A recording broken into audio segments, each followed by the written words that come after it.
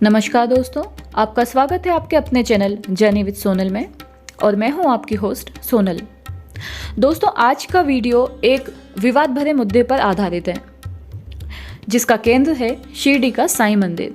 जी हाँ दोस्तों, हमारा मकसद किसी की भावनाओं को, किसी धर्म को उपेक्षित करना या ठेस पहुंचाना नहीं है, बल्कि हम आपको शिरडी में चल रहे मुद्दों से अवगत कराना चाहते हैं। दोस्तों, शिरडी के साईं बाबा को आज कौन नहीं जानता। साईं के भक्त उन्हें भगवान मानते हैं। कहते हैं कि साईं बाबा के दर्शन मात्र से ही मनुष्यों की सारी परेशानियां, सारे दुख दूर हो जाते हैं। लोगों की अटूट आस्था है शिरडी के साईं बाबा में, और हो भी क्यों ना, लाखों लोगों को साईं बाबा के दर्शन से लाभ हुआ है। वहीं समाज का एक वर्ग ऐसा भी है जिसने साईं बाबा के अस्तित्व पर ही सवाल खड़े कर दिए हैं। आइए एक नज़र डालते हैं इस विवाद के मुद्दों पर। मिली हुई जानकारी और प्रमाण के आधार पर समझने की कोशिश करते हैं कि आखिर सत्य क्या है। आइए चलते हैं इस मुद्दे की तरफ। साईं बाबा का जन्म कहाँ हुआ?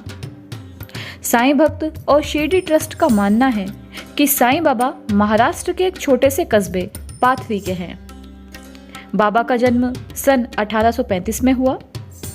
उनके पिता का नाम श्री गोविंद भाऊ भुसारी और माता का नाम देवकी अम्मा था। 5 भाई बहनों में साईं तीसरी संतान थे। ये ब्राह्मण गोत्र के माने जाते हैं। इनका असली नाम हरि भाऊ भुसारी बताया जाता है। कहा जाता है कि इनके भाइयों का परिवार आज भी हैदराबाद में निवास करता है। कुछ भक्त इन्हें शिव का अंश मानते हैं, कुछ इन्हें श्री दत्तात्रेय का अंश मानते हैं। कहा जाता है कि साईं बाबा की जन्मभूमि पाथरी है और कर्मभूमि शिरडी। पिता की मृत्यु के बाद साईं बाबा एक सूफी संत वली के साथ घर से निकल गए। कई जगह घूमते हुए वो शिरडी पहुंचे, जहां खंडोबा मंदिर के सामने एक नीम के वृक्ष के नीचे उन्होंने अपना डेरा डाला। यहीं भिक्षा मांगकर जीवन यापन करने लगे। साईं जिस स्थान पर रहते थे उसे द्वारका माई बुलाया जाता था। धीरे धीरे लोग उनसे जुड़ते गए और लोगों की परेशानियां चमत्कारिक रूप से दूर होती गईं और साईं बाबा पर लोगों का विश्वास अटल होता गया। साईं बाबा ने अपना पूरा जीवन भिक्षा मांगकर गुजारा। बाबा धूनी रमाते थे और भक्तों के लिए कभी कभी स्वयं दाल चावल मिश्रित खिचड़ी बनाते थे, जिसको वो गरीबों में बांट दिया करते थे। उन्होंने पूरा जीवन बिना किसी सुख सुविधा के निकाला। लोगों की सेवा को ही अपना परम धर्म माना। उनका कथन था, सबका मालिक एक। साईं की मृत्यु के बारे में कहा जाता है कि उनकी एक परम भक्त थी बाईजाबाई, जिससे उनका बहन का संबंध बना। इन्हीं बाईजाबाई के बेटे थे तात्या पाटिल, जो कि साईं बाबा को मामा कहकर बुलाते थे। एक बार तात्या पाटिल की तबीयत अचानक बहुत खराब हो गई। साईं बाबा को अपनी दिव्य दृष्टि से उनकी मृत्यु स्पष्ट दिखाई दे रही थी। उन्होंने अपनी अलौकिक शक्तियों से अपना जीवन पाटिल को दान दे दिया और स्वयं समाधि में लीन हो गए। ये तो हुई शिरडी और साईं बाबा से जुड़ी वो कहानी जो आज बच्चा बच्चा जानता है। लेकिन इस कहानी को सरासर झूठ बताकर कुछ धर्मगुरु अपने ही विचार तथ्यों के साथ पेश कर रहे हैं, जिसके बाद शिरडी विवादों से घिर गया है। धर्मगुरु जैन मुनि विमल सागर जी ने स्पष्ट तौर पर कहा कि साईं का जन्म पाथरी में नहीं हुआ, बल्कि इनके पिता अफगानिस्तान से आए एक लुटेरे पिंडारी थे। अंग्रेजों के डर से भागते हुए वो शिरडी में एक वेश्या के घर छुपकर रहने लगे और फिर वहीं बस गए। उस वेश्या से उन्हें एक पुत्र हुआ, जिसका नाम चांद मियाँ रखा गया। यही चांद मियाँ बड़ा होकर अपने पिता के लिए फकीरों की बाती घूमता हुआ जासूसी करने लगा। उनका पहनावा मुस्लिम संत की तरह था। उस समय पर मुस्लिम संतों को साईं कहकर बुलाया जाता था। एक बार खंडोबा मंदिर के पुजारी ने उन्हें देखकर प्रसाद के लिए बुलाया और कहा, आओ साईं। कहा जाता है कि तभी से उनका नाम साईं पड़ गया। मुस्लिम धर्मगुरु सैयद अमीनुल कादरी साहब फरमाते हैं कि साईं बाबा 100% मुस्लिम थे और उनका जन्म एक मुस्लिम पिंडारी परिवार में ही हुआ था। शिरडी में आजीवन वो एक मस्जिद में रहे।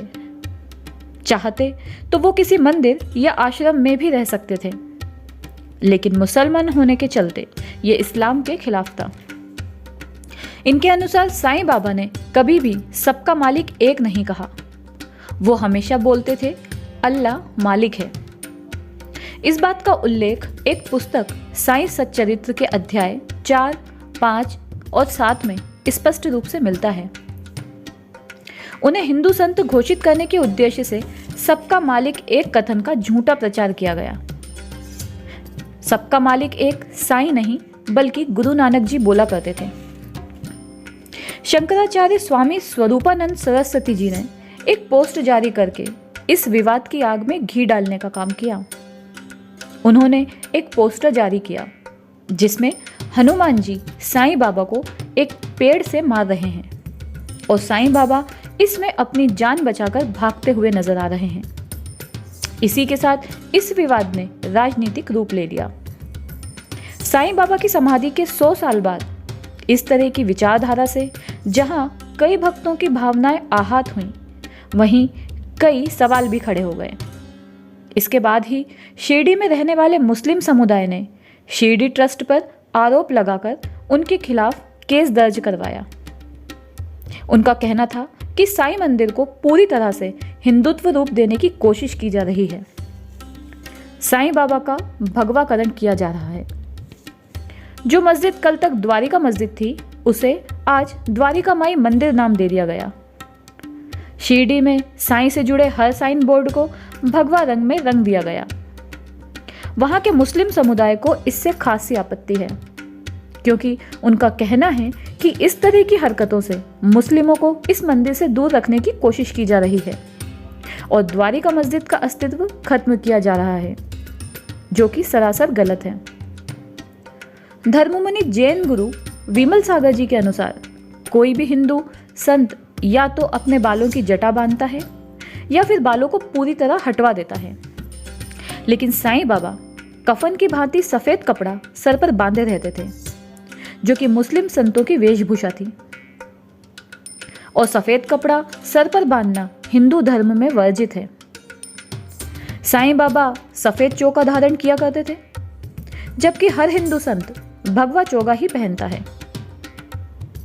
मुनि के अनुसार साईं बाबा ठंड से बचने के लिए लकड़ी जलाते थे, जिसे लोगों ने धूनी रमाना समझा। बाबा हमेशा मीठे चावल या खिचड़ी ही बनाते थे, जबकि हिंदू संत प्रसाद में हलवा बनाते हैं। सिर्फ मुस्लिम ही खिचड़ा अर्थात खिचड़ी या मीठे चावल पसंद करते हैं। सवाल ये भी उठता है कि क्यों साईं बाबा एकादशी पर खाने के बर्तन मस्जिद से मंगवाकर उसमें मांस युक्त तो चावल पकाते और भोजन तैयार होने पर मौलवी से फातिहा पढ़ने को कहते। एकादशी हिंदुओं का पवित्र दिन माना जाता है। इस बात का उल्लेख साईं सच्चरित्र की पुस्तक के अध्याय 38 में पेज नंबर 3 पर किया गया है। सवाल ये भी उठता है कि जिन्होंने अपने जीते जी कभी राम का नाम नहीं लिया, कभी ओम नहीं कहा, उनके मरने के बाद उनके नाम के साथ ओम साईं राम क्यों लगाया जा रहा है?